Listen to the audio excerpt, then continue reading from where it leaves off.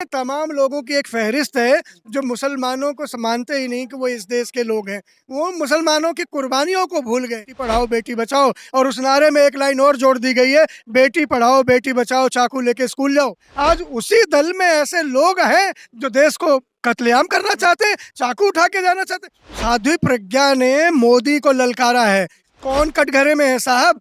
ललकारा गया है। आज का विधान भी, संविधान भी, कार्यपालिका भी, न्यायपालिका भी। विरोध अंग का है, रंग का है, ढंग का है, संग का है, ये तय ही नहीं हो पा रहा है। क्या भगवा इतना हल्का रंग हो गया है, हमारा रंग इतना हल्का हो गया कि कोई भी उसे पहन लेगा और कमजोर हो जाएगा। तो महंतों को और बीजेपी के नेताओं को कहता हूँ, अपने घर का टीवी फूको। आपके टीवी पे दिन में 10 बार पठान का वो टीजर चल रहा है, फूको अपना टीवी। फिल्म को हिट कराने की जिम्मेदारी हम पर छोड़ दीजिए। हम देखेंगे, हम हिट कराएंगे, हम कतारों में खड़े होकर टिकट लेंगे। भैया आधी रोटी खा लेंगे मोदी जी, देश को नहीं बिकने देंगे, देश को नहीं झुकने।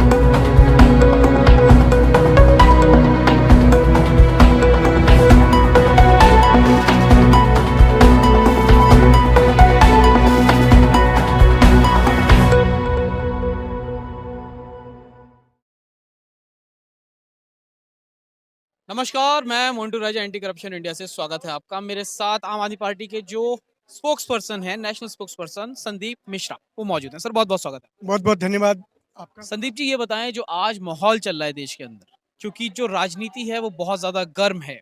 तमाम बीजेपी या फिर आरएसएस या फिर इस तरह की विचारधारा रखने वाले लोग तरह तरह के बयान दे रहे हैं, चाहे वो सांसद हो, चाहे वो धार्मिक गुरु हो।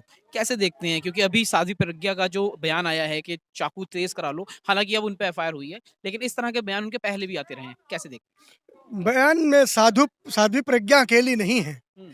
साध्वी निरंजना ज्योति भी हैं जिन्होंने रामजादे हरामजादे का नारा दिया। साहिब सिंह वर्मा के बेटे भी हैं जिन्होंने कहा था देश के गद्दारों को और गोली मारो, क्या क्या। ऐसे और भी लोग हैं जिन्होंने कहा था 80% 80 बनाम 20% का चुनाव है। ऐसे गिरिराज सिंह भी वहाँ पे मौजूद जो कहते हैं इन्हें पाकिस्तान चला जाना चाहिए। ऐसे तमाम लोगों की एक फहरिस्त है जो मुसलमानों को मानते ही नहीं कि वो इस देश के लोग हैं। वो मुसलमानों की कुर्बानियों को भूल गए, मुसलमानों की इबादत को भूल गए। मैं तो कहता हूँ साहब, जब देश आज़ाद हुआ था तो मुसलमानों के पास तो ऑप्शन था पाकिस्तान जाने का। मुसलमान कहता यही है कि जो हम हैं, इनके ये तो बाय डिफॉल्ट हिंदुस्तानी है, हम बाय चॉइस हिंदुस्तानी है, मुसलमान ये कहते हैं कुछ। और ये बताएं कि इतने बड़े बड़े पदों पे विराजमान है, कोई चीफ मिनिस्टर है, कोई मंत्री है, कोई सांसद है, इस तरह के जब विवादित बयान ये लोग देते हैं, एक गरिमा होती है हर चीज की, उसके बाद भी जो मौजूदा सरकार है या फिर देश के प्रधानमंत्री, क्योंकि उन्हीं के पार्टी के लोग हैं, क्यों नहीं खंडन करते हैं? क्यों नहीं इनको लगाम लगाई जाती है? मैं तो कहता हूँ ना, एक मेरा बहुत खूबसूरत शेर है कि अपने ईमा से मुसलमान हिंदुस्तान में है, तुम तिरंगे से हरा रंग हटा नहीं सकते।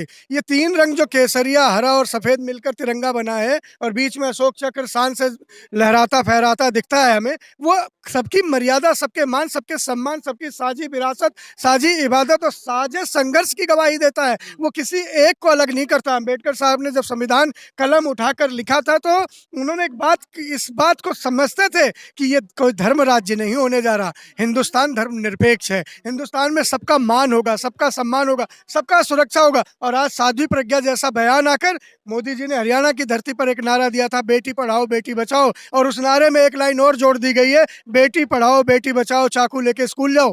क्या हो रहा है इस देश का? मैं कहता हूँ शर्मिंदा है हम इन्हें चुनने वाले। हमें शर्म आती है कि हमने कैसे सांसद चुने। कल को आने वाली पीढ़ियां देखेंगी और हम पर लानत करेंगी कि हमारे बाप दादा चाचा ताऊ ने कैसे लोगों को संसद में भेजा। ये दुनिया के सबसे बड़े लोकतंत्र में कैसे लोग आ रहे हैं। आज सरदार पटेल की आदमकद मूर्ति दुनिया की सबसे ऊंची मूर्ति बनी है। इस बात का हमें नाज है कि उन्होंने देश को जोड़ा है। आज उसी दल में ऐसे लोग हैं जो देश को कत्लेआम करना चाहते हैं, चाकू उठा के जाना चाहते हैं। किस लिए? मोदी जी कहते हैं कि मन से माफ नहीं करूंगा। अरे कौन सा मन है मोदी जी आपका? एक मन में तो आपके बतासे फूट रहे, बड़ा अच्छा बयान है। अरे आपको ने मन से नहीं माफ किया तो आपसे ज्यादा ताकतवर कौन है? मन से माफ नहीं किया तो क्या लगता है? एक देश के प्रधानमंत्री ने ये कहा, और बहुत ऊंचा कद है बीजेपी के अंदर नरेंद्र मोदी का। जब नरेंद्र मोदी कहते हैं कि मैं मन से माफ नहीं करूंगा, तो साध्वी प्रज्ञा जो हैं, जो सांसद हैं, फिर दोबारा इस तरह का बयान देते हैं, तो क्या उनके अंदर मोदी की इज्जत नहीं है? मन की बात तो मोदी जी बहुत करते हैं, न मन मार के क्यों बैठे हैं? क्यों बैठे मन मार के? आपसे ज्यादा ताकतवर मोदी जी कौन है? साध्वी प्रज्ञा ने मोदी को ललकारा है, शिवराज को ललकारा है, इन लोगों को नकारा है कि तुम्हारे राज्य में बेटियां सुरक्षित नहीं है। कैसे? सुन लीजिए साहब, कैसे सुरक्षित नहीं है? केंद्र सरकार प्रचंड बहुमत के साथ शासन कर रही है, मोदी जी प्रचंडतम बहुमत के साथ शासन कर रहे हैं। शिवराज ज्योतिरादित्य को तोड़कर तीसरी बार मुख्यमंत्री वहां बने, चौथी बार की कतार में लगे हुए। उन्होंने दोनों को कहा है कि इस राज्य में बेटियां सुरक्षित नहीं, बेटियां चाकू उठा लो अपनी सुरक्षा के लिए। कौन कटघरे में है साहब? ललकारा गया है आज का विधान भी, संविधान भी, कार्यपालिका भी, न्यायपालिका भी। और मैं ये कहता हूं कि जितना ललकारा जा रहा है, ये दुत्कारा जाना है, ललकारा जाना आपने नहीं। अभी भगवा की बात करी कि देश के अंदर भी भगवा रंग है, केसरिया रंग है। आज भगवे पे इतना विवाद, एक जो पठान मूवी आई है उस पे विवाद, तरह तरह के शाहरुख खान को जान से मारने की धमकी, जलाने की धमकी, तमाम इस तरह की चीजें हो रही हैं।